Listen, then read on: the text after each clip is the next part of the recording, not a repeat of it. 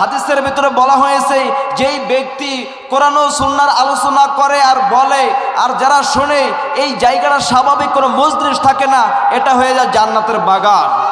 তাহলে যেই জায়গার ভিতরে কোরআন ও সুন্নাহর আলোচনা করা হয়, এই জায়গার চতুর্পাশে হাজার হাজার লক্ষ লক্ষ ফেরেশতা একটার কাঁধে একটা করতে করতে আল্লাহর আরশ পর্যন্ত যা ধাক্কা লেগে যায়। আল্লাহ রাব্বুল আলামিন ডাক দিয়ে বলে, এই জমিনের ভিতরে কারা বসে আছে, তারা কি করতেছে? ফেরেশতা আল্লাহ রাব্বুল আলামিনের কাছে বলতেছে, মালিক, এখানে আপনার বান্দারা বসে আপনার নেয়ামতের শুকর আদায় করতেছে, আপনার বান্দারা বসে আপনার প্রশংসা আদায় করতেছে, আপনার বান্দারা বসে জান্নাত চাইতেছে, জাহান্নাম থেকে মাপ চাইতেছে।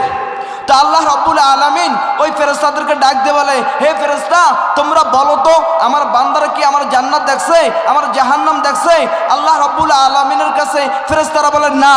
তাহলে আমার বান্দারা যেহেতু আমার জান্নাত দেখে নাই, আমার জাহান্নাম দেখে নাই, আমি আল্লাহকেও দেখে নাই, যেহেতু আমার বান্দারা আমাকে বিশ্বাস করছে, আমার জান্নাত বিশ্বাস করছে, জাহান্নাম বিশ্বাস করছে, ও ফেরেশতা তোমরা সাক্ষী হয়ে যাও, আমার বান্দাদের জীবনের তামাম গুনাহ খাতা মাফ করে দিলাম।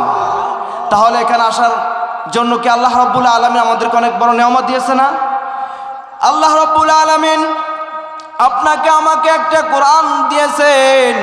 সেই কোরআনের শুরুতে আল্লাহ রাব্বুল আলামিন বলেন, আলিফ লাম মিম যালিকাল কিতাব